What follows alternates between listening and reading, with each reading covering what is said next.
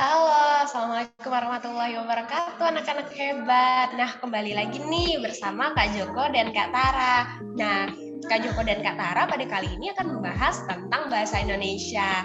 Materi pada pelajaran bahasa Indonesia pada kali ini adalah teks non-fiktif. Nah, lanjut. Nah, apa itu teks non-fiktif? Non-fiktif itu berasal dari kata fiksi, yaitu fiksi adalah cerita atau latar yang berasal dari imajinasi. Nah, teks non-fiksi dapat kita temukan dalam artikel surat kabar atau majalah. Contoh dari teks non-fiksi antara lain artikel berita, jurnal sejarah atau ilmiah, biografi, serta karya sastra. Nah, pada umumnya, gaya bahasa pada cerita non-fiksi menggunakan bahasa eksplisit atau denotatif, karena data yang disampaikan nyata dan bersifat informatif. Next. Nah, untuk menggali informasi teks non-fiksi, kita perlu membaca dengan seksama teks tersebut. Nah, apa yang akan kita lakukan? Yang pertama, menentukan ide pokok pada teks non-fiksi. Nah, bagaimana cara menentukan ide pokok? Kita harus membaca teks tersebut dengan seksama terlebih dahulu. Biasanya dalam satu paragraf teks non-fiksi itu terdapat satu kalimat yang mengandung informasi atau permasalahan dari teks tersebut. Yang kedua, teks non-fiksi. Nah, hal-hal yang perlu kita lakukan untuk dapat meringkas teks non-fiksi adalah yang pertama, membaca teks non-fiksi dengan seksama.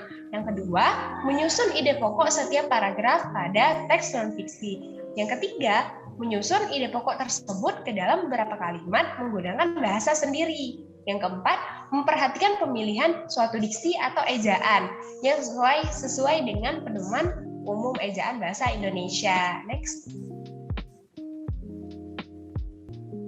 Selanjutnya nih, yang nomor 3 yaitu mengembangkan ide pokok menjadi paragraf non-fiksi. Yang pertama yaitu menentukan topik yang akan dikembangkan menjadi sebuah teks. Kita harus menentukan topik terlebih dahulu untuk menjadikan sebuah teks nanti untuk dikembangkan menjadi sebuah teks. Yang nomor 2 yaitu membuat daftar kosakata sebanyak-banyaknya yang akan berkaitan dengan topik yang diangkat. Misal, kita akan mengangkat topik mengenai lingkungan. Nah, kita harus membuat daftar kosakata nih tentang lingkungan bersih, kotor, dan lain sebagainya. Nah, kita harus mempunyai daftar kosakatanya. Yang nomor 3 yaitu menuliskan ide-ide pokok berdasarkan kosakata yang telah kamu tentukan. Selanjutnya nomor 4 yaitu menggali informasi dengan membuat pertanyaan. Pertama, membuat teks secara keseluruhan dengan seksama. Setelah itu, membuat kalimat tanya yang berkaitan dengan isi teks tersebut. Ketiga, dapat menggunakan kata tanya, yaitu kata tanya apa, di mana, mengapa, bagaimana, kapan, dan siapa saat membuat pertanyaan.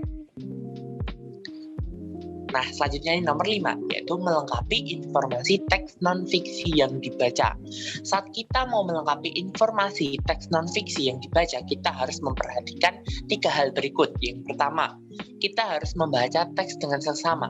Dengan membaca teks dengan seksama, dengan jelas, kita harus mengulanginya berulang kali, kita nantinya dapat melengkapi informasi teks non-fiksi dengan benar. Nah, yang nomor 2 yaitu menggarisbawahi kata kunci atau ide pokok pada setiap paragraf teks.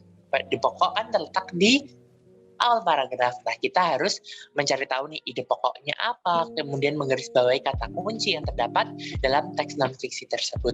Dan nomor 3 yaitu menjawab pertanyaan yang diberikan. Selanjutnya nih nomor 6, menulis teks non-fiksi berdasarkan informasi pada artikel. Kakak mau tanya, artikel itu apa sih? Ya, artikel merupakan karya tulis atau tulisan yang berisi berdasarkan fakta dan biasanya terdapat dalam majalah atau surat kabar. Nah, kamu dapat menulis teks non-fiksi dengan tambahan informasi yang bersumber khususnya pada artikel.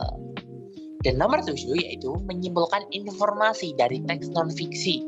Nah, saat kita mau menyimpulkan informasi yang kita baca dari teks non-fiksi, kita harus memperhatikan hal berikut. Kan menyimpulkan berarti menyajikan informasi berdasarkan apa yang telah diuraikan sebelumnya. Nah, untuk menyimpulkan informasi tersebut, kita harus mengacu pada hasil identifikasi teks non-fiksi berupa ide-ide pokok teks. Nah, ide pokok masing-masing paragraf kita harus tahu. Nantinya kita dapat menyimpulkan informasi dari teks non-fiksi itu. Kita juga dapat menyampaikan ide pokoknya tadi dari dalam tabel atau peta pikiran ke dalam beberapa kalimat menggunakan bahasa kita sendiri, yaitu dengan memperhatikan kata dan ejaan yang tepat. Wah, sedikit banyaknya kita udah mengetahui ya mengenai teks non-fiktif bersama Kak Joko dan Kak Tara. Tadi kita belajar mengenai pengertian fiksi itu apa, teks non-fiksi itu apa, unsur-unsur yang di dalamnya itu apa saja. Kemudian kita juga udah tahu nih cara mengembangkan ide pokok menjadi paragraf non-fiksi, menggali informasi dengan membuat pertanyaan, dan melengkapi informasi teks non-fiksi yang dibaca, sampai menyimpulkan informasi dari teks non-fiksi. Harapan Kak Joko dan Kak Tara semoga adik-adik paham terhadap materi mengenai non-fiksi. Nah, kurang lebihnya dari Kak Joko dan Kak Tara, mohon maaf. Assalamualaikum warahmatullahi wabarakatuh.